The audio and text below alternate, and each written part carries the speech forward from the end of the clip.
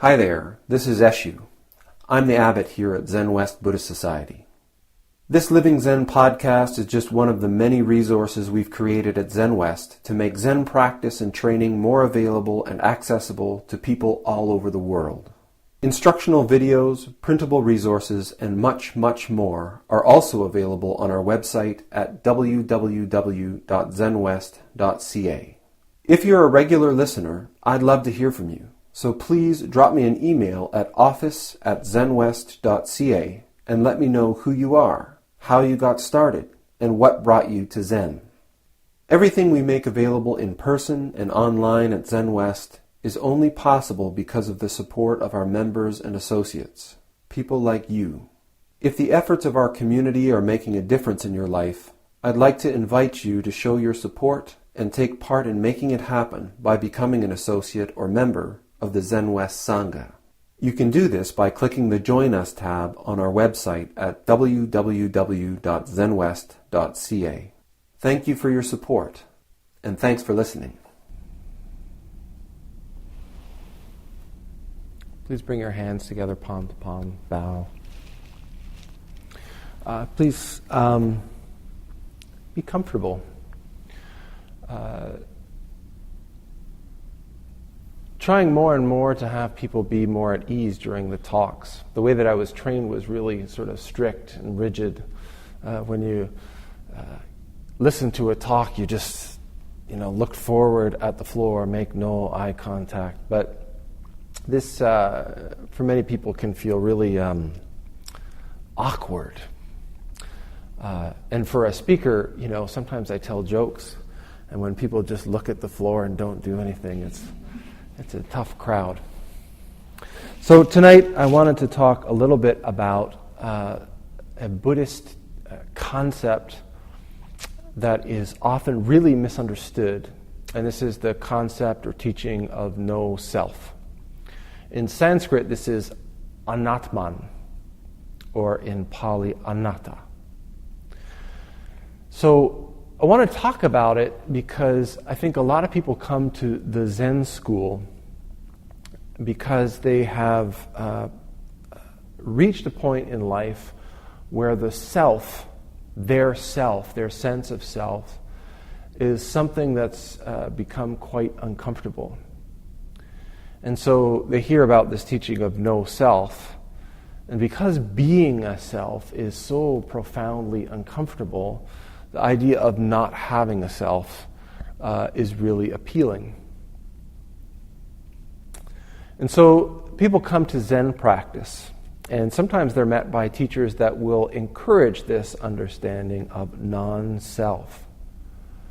And so they dig really deep in practice, and anytime a feeling or sensation or preference or aversion comes up, they get the idea that there's something wrong with that. They're too attached to themselves. And so they try to negate it or avoid that sensation, stuff it down. When I first came to the Victoria Zen Center, which was what this organization was called before Zenwest, and in many spiritual organizations, you'll see this manifest. And I used to come home from the sits and say to my girlfriend at the time, who's now my wife, I'd say, they're so annoying because they think that Zen is to have no opinions about anything. And I used to say, I could sit in that tea circle and say, I think that it wouldn't matter. I could say I didn't like the incense tonight. And they'd say, I am neither for nor against incense. And I could say, and I think that one of the solutions for global overpopulation and hunger would be if we just started eating babies. And people would say, I am neither for nor against the eating of babies. And I'd say, this is very strange. The idea of no self. So I wanted to sort of address that because I think that inevitably having a self is uncomfortable. And this is an important teaching of Buddhism, this idea of non-self. But it doesn't mean that we have to deny or avoid the self. Quite the opposite. If what we're trying to do is awaken, the degree that we're able to pay attention to this thing that we call a self, that we're able to observe how it manifests, that we're able to let go of a particular manifestation of self and transform, is the degree to which our practice, our awareness can develop. So just to sort of explain that this is not a new phenomenon. For anyone in this room, this idea of non-self, no self, is something that we have all hopefully experienced multiple times. One of the names that they use for Zen monks, and I think it's an applicable name actually for anybody who genuinely practices the Dharma, is home leaver. And the reason for this is that we can understand a particular manifestation of self, or if you like, personality, as being a home. When we first start out in this life as a little, single cellular organism, we have an internal activity, which is development. And we have an external form, which at that point isn't even our own form, really. It's the form of our own mother. And as we grow and develop, that external form provides us with shelter and protection and nourishment. And we, because of that external form, we're able to grow and we're able to develop and we're able to mature. And that process continues and continues and continues, and our mother swells and gets bigger and bigger and bigger. And then we come to a very critical point where the stretching of our external form, the capacity to continue to function as a protection, as a nourishment, it teeters on a balance. And if we are within that to continue to expand and develop and mature and grow, something's got to give. Either the mother breaks apart and we emerge unprotected, or our development has to stop, or we have to somehow die. Now, in the case of a birth, it's quite literal. Either we've got to come out of that container, or we're going to die. And sometimes, whether it's karma or causes and conditions, we hang on, or mother hangs on, and sometimes they got to cut the baby out. Or the baby is born in the traditional way. And of course, leaving this shelter, leaving this protection, leaving this place of home, there can really be only one response. Ah! We don't like to do that. When we're children, we come out and we're born into this world naked and unsheltered, and the boundaries between our personality and the external world are really quite fluid. And if you ever watch a baby, we're sticking things in our ears and in our nose and in our mouth, and we're rubbing ourselves all over everything. We're trying to find the boundaries, find the extremity of ourself, of our personhood. Who are we? We're trying to figure this out. And as we grow up as children, this personality starts to develop. And part of it, I believe personally, is an internal function. It's a manifestation of what's inside of us. But a significant part of that is in response to what we're experiencing in the external world. What are our parents like? What is our family circumstance like? What is our physical environment like? And in response to those things, we develop personality characteristics, these things that we call a self. And usually, we experiment a little bit. When a circumstance arises, we respond to it in a particular way. And if that doesn't work, we discard that particular technique and we pick up another one. And if any of you work with children, we tend to think in our culture of children as being unskillful. But if you work with children, you will know that children are brilliant at figuring out what they need to do to make an environment work for them. Particularly if you're working with other people's children, you can watch a child who's completely out of control in relationship with their parent. They're belligerent and back-talking, and they break things, and they run away, and all those kinds of things.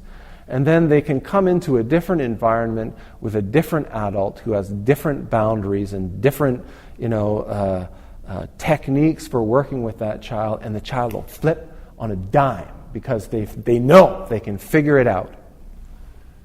And each of us develops these responses, different responses to different circumstances.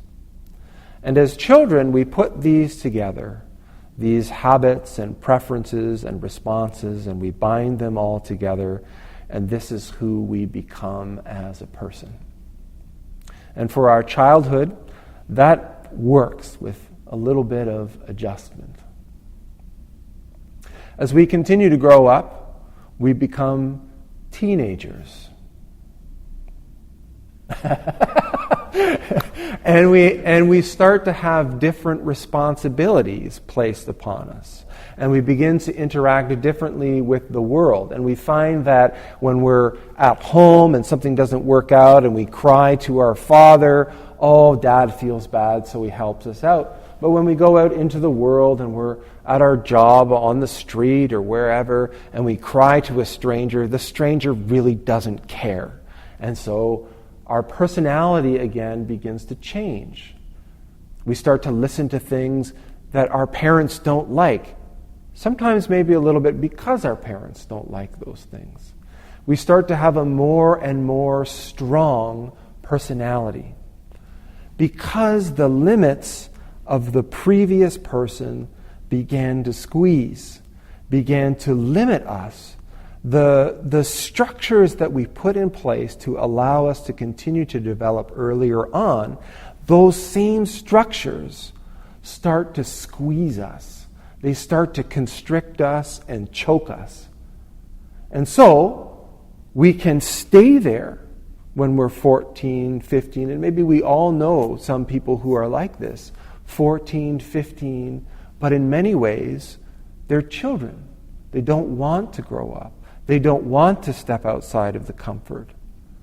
Inevitably, that pressure, that squeezing becomes unbearable. And there is sometimes an explosion in the teenage years, an explosion. Don't tell me what to do. Don't tell me who I am. You're not the boss of me. Pow! And this new self is born. And often this is a difficult one. Don't know who we are, don't know what we want, don't know what we're doing. We make strong choices in our teenage years, many of us. And again, this teenage self, I guess what I could say is when we're babies, we look back at ourselves as babies and we say, was that who I am? Was that myself? And we can say, oh yeah, that was definitely what I was like. Over the holidays, sharing some stories of childhood with my sister, say, oh yeah, definitely who I was. But when the limitation, when that structure began to squeeze, we have to step forward. We have to let go of the known, familiar, and comfortable. Even if we can start to see that it's negative. Even if we can start to see that it's causing us difficulty, it's our present home, our present self. And so it's very difficult to let go of this.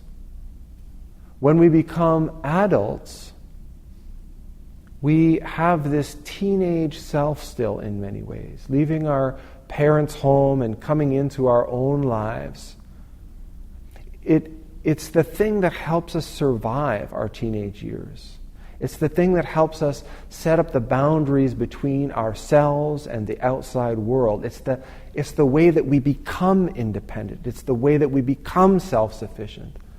But as we mature into adults, this focus on ourselves, this focus on independence, begins to become an obstacle into making loving relationship with another human being. It becomes an obstacle. We start to run into that over and over again. Maybe multiple relationships say the same thing. You only think about yourself. Don't you ever want to commit? Don't you want to move forward? I shouldn't use that voice. Don't you want to commit? Don't you want to move forward? It can go either way. Over and over again, all along the way, we think, this is myself. This is myself. This is myself. And when we start to feel the squeeze, we start to think, I need to do something about myself. I need to find my more genuine self, my realer self, my true self even. And this is where the teaching of Buddhism points to, is that our fixation with finding the resting place is the very source of our suffering. We keep moving from house to house to house, moving from the basement suite maybe to the upper, to the one-bedroom apartment, to the 5-bedroom on acreage. The self keeps getting bigger and bigger and more expansive.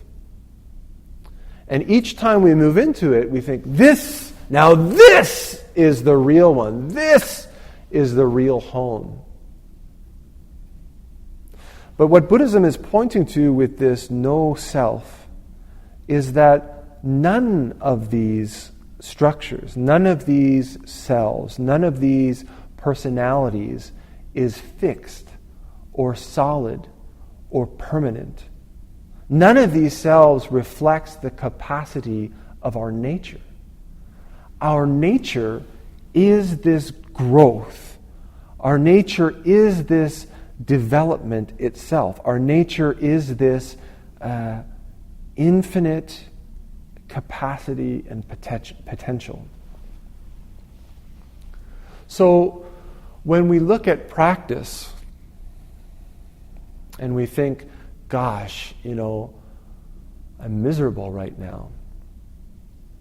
Gosh, this relationship just feels like I can't breathe. Gosh, the way that I'm going through my life and my work right now, my head is so full and I can't. We need to stop. When we come to practice as a way of driving those experiences or those feelings, those sensations down, we're making a mistake. We're hiding. This practice is one of waking up. It's of awareness. Our practice isn't aimed at giving us a place to hide out from those difficult feelings. If anything, quite the opposite. It says, hey, take a minute and just feel that squeeze. Because it's not until we really start to feel that squeeze, when we start to feel the limitation, when we start to have a little bit of panic about the fact that we're in a situation where we are wanting, deeply desiring, not even, I think it's beyond desiring, it's our nature to expand. It's our nature to develop. It's our nature to awaken. And we start to feel that awakening being limited. We need to feel the limitation. We need to look at it because we need to understand where the limitation came from. We like to blame, like to say, it's because my parents were mean to me, or my boss is a bad boss, Or my family is abusive. My kids are too needy. My parents are unhealthy. But what we start to realize when we investigate our difficulty is that the limitations that we have on us were put there by nobody other than ourselves. They are our own limitations. They are limitations that we chose earlier on quite happily. This is who I am. This is what I like. This is what I want to do. And there's nothing wrong with that. At the time, it was probably the best solution for the circumstance. But now, what is it? So when we talk in Buddhism about home leaving, it isn't necessary for you to sell all of your belongings and walk out on your family and leave your house behind. But to investigate really deeply this place where you've become comfortable. This place where once you felt sheltered and nourished and protected. Look at how your life has begun to squeeze. Take a deep breath. Investigate your fixations. Investigate your attachments. And take a step outside. This isn't something you have to just throw yourself out at. A bird doesn't just explode this egg out off of it. It chips it. It cracks it. It takes a little bit at a time. And in our practice, this is how we develop. This is how we grow. This is why a sangha is important. This is why a structure is important. Because it gives us an opportunity to step outside of our home, to step outside of our self, to let go of our fixations, of our attachments, of our preferences, and our aversions, and to transform, to be born again. Born again Buddhists. So, when we talk about no self in Zen, I think it's important for us to not make the mistake of thinking that we should not have a self. When we talk about no self in Zen, what I want you to understand is that we, each and every one of us, have a self. The chair has a self, the Buddha has a self, the floor has a self, I have a self, and you have a self. But that this isn't it. This isn't a finished product. In fact, nowhere in the universe that we look around do we ever find a finished product. And that's the principle, that's the key to this teaching of anatman, no self. Don't make the mistake of thinking that this is it. Open yourselves up. Be willing to allow your genuine capacity to manifest and allow you, this self, and your life to transform. Okay. Thank you.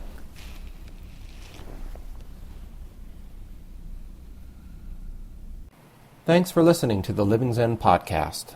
If you follow Living Zen through iTunes, I would very much appreciate it if you would take a moment to let me know what you think about it by rating or reviewing the podcast, so that new listeners can also hear what you have to say. Thank you for your time and for your support.